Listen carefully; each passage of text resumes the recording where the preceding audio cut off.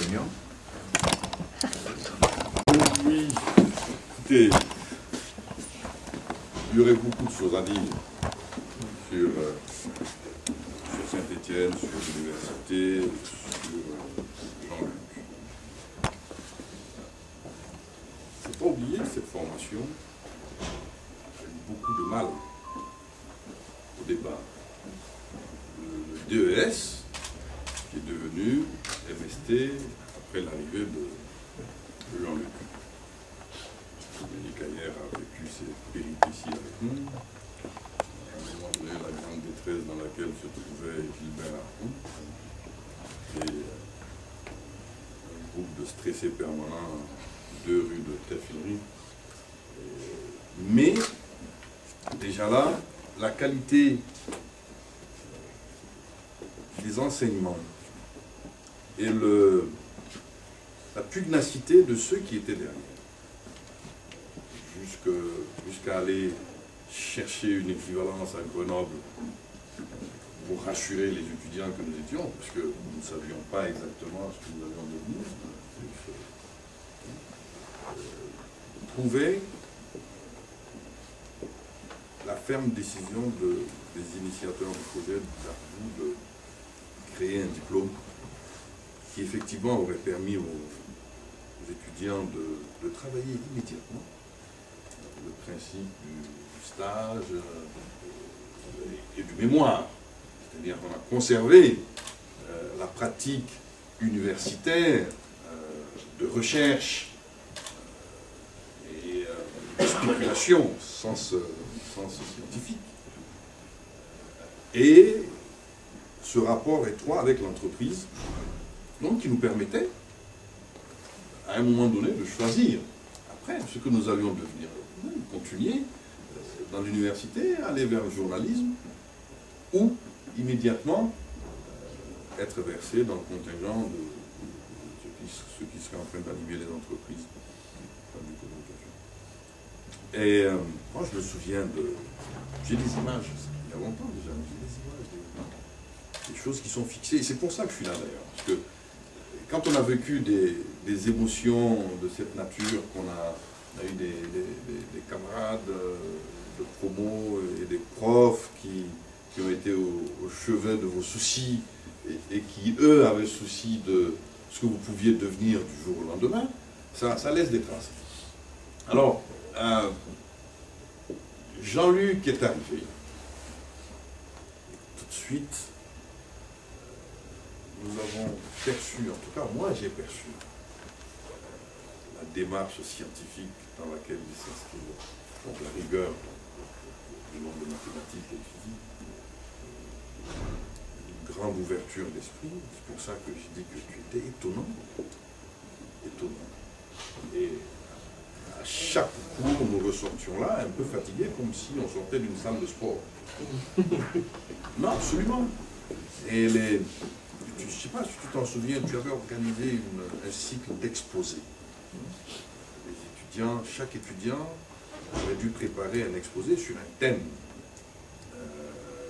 Mais ces exposés-là, c'était vraiment des matchs de boxe où on se bagarrait. Et lui, il ne lâchait pas le morceau. Et bon, certains d'entre nous vacillaient un peu, mais d'autres, je disais, bon, je vais quand même lui décocher un peu. C'était ça. C'était exactement ça. D'abord, ça rassurait. On se disait, face à Jean-Luc, nous avons tenu, donc, quand même pas rien. Et deuxièmement, en faisant cela, tu as créé une ambiance au sein de cette formation. C'est vrai que certains ont eu du mal. Moi, je me souviens de mon camarade qui est sorti donné de cet exercice. On a eu quelques larmes, d'ailleurs. C'était dur. Mais après, nous en avons parlé et on en a rigolé. Tu as créé une ambiance, tu as créé un état d'esprit, et nous avons vu que face à certains, excusez-moi, à certains apparatchiks, tu avais décidé de faire front. Et donner tout ce que tu pouvais donner face au désespoir qu'on vivait alors. Et puis, au bout, ça a donné une belle formation. Moi, j'ai fait mon stage chez Ron Poulenc, à Décime, au site d'industrialisation de Ron Poulenc. J'ai travaillé sur des sujets qui ont été classés confidentiels pendant 10 ans. Après, j'ai fait un mémoire sur Canal Horizon, qui se lançait en Afrique,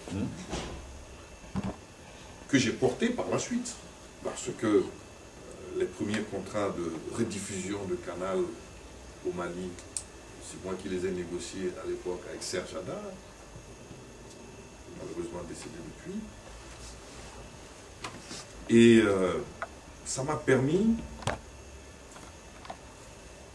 comme je le disais, de faire un stage dans une entreprise de pointe. Ron Poulenc, ça n'était pas rien. Dans la chimie, tout ça, qui faisait partie du dispositif industriel à l'époque où la France avait une industrie puissante.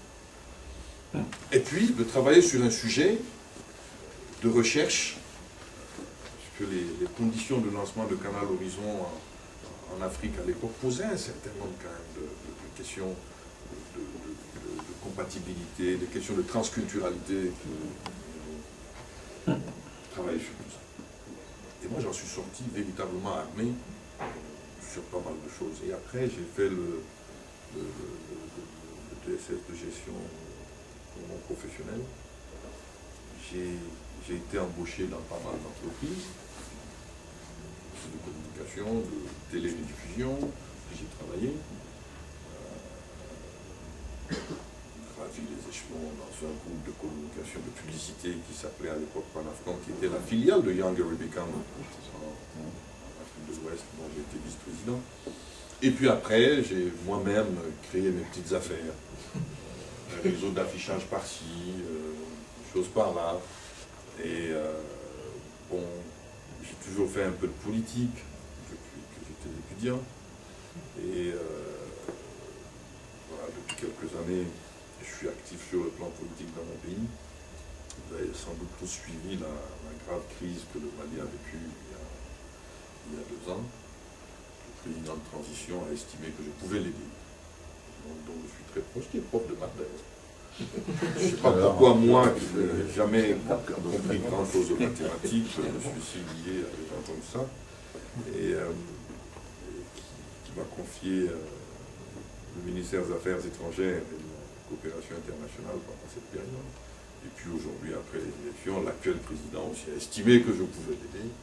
Confier un ministère encore plus difficile, un pays comme ça en construction, les domaines de l'État, les affaires foncières et le patrimoine, les actifs financiers en fait. C'est pas simple. Mais, ce que je t'ai dit, je répète, tu étais quelqu'un d'étonnant. Tu étais généreux dans l'enseignement que tu donnais. Rigoureux. Rigoureux. Au besoin sévère avec les étudiants qu'il fallait encadrer. Mais c'était le prix à payer pour que l'étudiant, par la suite, puisse lui-même générer la rigueur nécessaire à la conduite de ses affaires dans sa vie professionnelle. Et ça, je ne l'ai jamais oublié. Quelque part, j'ai toujours un peu pensé à toi, j'ai souvent parlé de toi. Et j'ai tenu à garder des relations avec toi. J'ai tenu à garder des relations avec l'université de Saint-Étienne, avec la ville de Saint-Étienne, qui est un peu ma ville, mais peut-être plus vos souvenirs de... Voilà. Et ville à laquelle je suis attaché. J'ai fait le chemin pour être avec vous aujourd'hui, parce que j'ai beaucoup d'amitié pour Jean-Luc. Et j'estime que je lui dois beaucoup. Chez nous en Afrique, je te l'ai dit souvent, le maître, le professeur c'est autre chose, mais le maître est quelqu'un d'important. Celui dont on se sent redevable est presque un membre de la famille, parce qu'il vous a ouvert la porte. Vous avez décidé d'entrer ou pas, mais il vous a ouvert la porte. Et c'est pour ça que je tenais aujourd'hui à te dire merci en mon nom, au nom de ceux de ma promotion. Certains sont encore en contact avec moi. Et puis, peut-être que je parlerai au nom de l'ensemble des étudiants pour te dire un grand merci. Moi, je suis convaincu que cet homme-là manquera à l'université de Saint-Étienne. J'en suis convaincu.